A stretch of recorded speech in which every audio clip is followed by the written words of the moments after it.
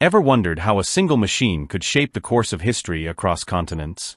Meet the M113, the silent hero of countless battles, from the swamps of Vietnam to the deserts of the Middle East. With over 80,000 units built and still in use today, the M113 isn't just a vehicle, it's a symbol of resilience and adaptability. Imagine a piece of military machinery so reliable that over 60 nations rely on it to this day.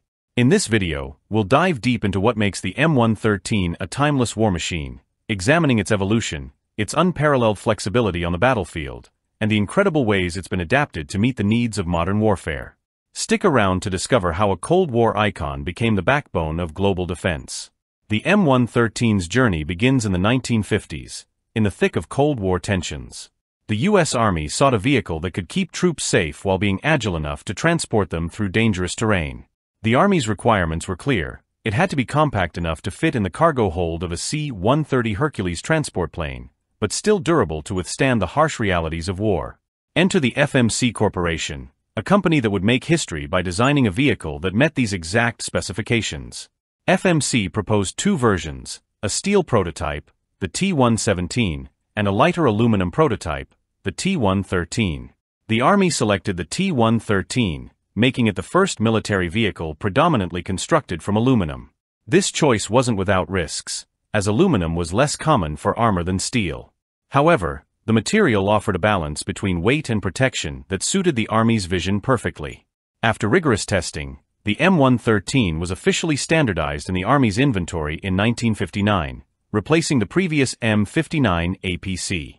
Production began in earnest by 1960, and the M113 quickly became a standard feature on battlefields worldwide.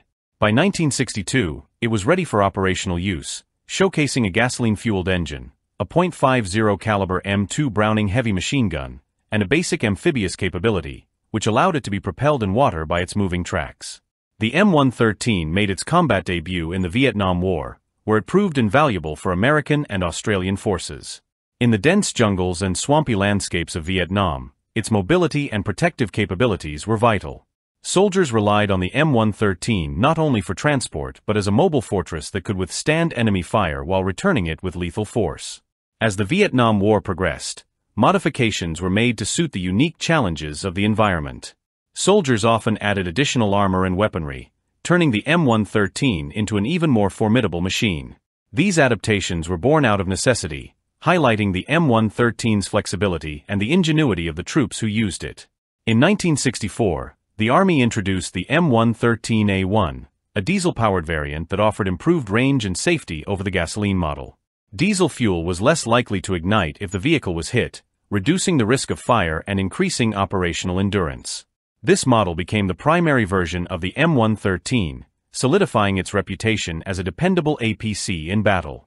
Beyond its initial role as a personnel carrier, the M113 proved to be highly adaptable.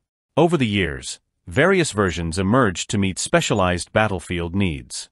For instance, the M113 was transformed into the M58 Wolf smoke generator vehicle, which created dense smoke screens to mask troop movements from the enemy. Similarly, the M106 and M125 variants were developed to carry mortars, providing indirect fire support. Anti-tank roles were also covered by the M113 family, with the M150 version equipped with tow missiles and the improved M901 ITV offering enhanced targeting and guidance systems. This adaptation allowed the M113 to defend against armored threats, showcasing the versatility that made it invaluable in multi-role operations. The M113 also played a crucial role in air defense, with versions like the M163 Vulcan, equipped with a 20mm rotary cannon, and the M48 Chaparral, a missile-based system for countering low-flying aircraft. These adaptations extended the M113's utility beyond the ground, making it an integral part of battlefield strategy against aerial threats. Another example of the M113's adaptability was the M548 cargo carrier, which was used for transporting supplies and ammunition to the front lines. This variant demonstrated how the M113 could evolve to meet logistical needs, not just combat roles. One of the most impactful variants was the M577 command vehicle. By providing a mobile command post, the M577 allowed officers to coordinate operations closer to the front lines, enhancing communication and response times during critical missions. As the years passed, new challenges demanded further upgrades to the M113. In 1979, the M113A2 was introduced, featuring a reinforced suspension, increased ground clearance, and optional external fuel tanks for extended range. These enhancements made the M113A2 better suited for rough terrains, from arid deserts to rugged mountains. The 1980s saw yet another upgrade with the M113A3, which incorporated a turbocharged diesel engine and improved transmission. These advancements provided more power and allowed the M113 to keep up with modern armored formations. The A3 model also included spall liners for added protection against explosive threats, addressing emerging dangers in modern warfare. While production officially ceased in 1992, the M113 continued to serve with various upgrades.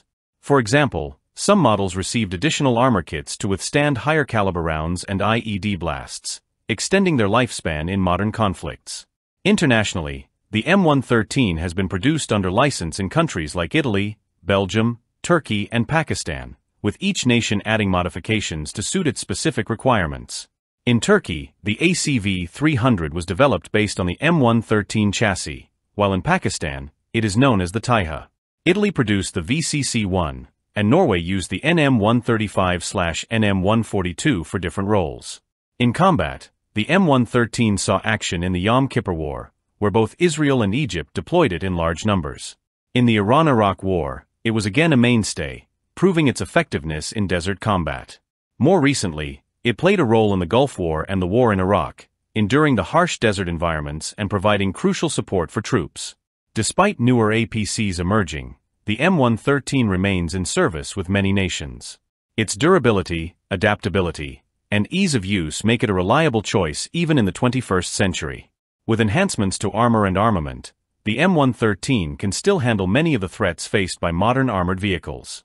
The U.S. Army's search for a replacement, like the proposed Armored Multi-Purpose Vehicle, AMPV, continues, but the M113's legacy remains secure. It's not just a vehicle, it's a testament to military innovation and the human drive to adapt and survive.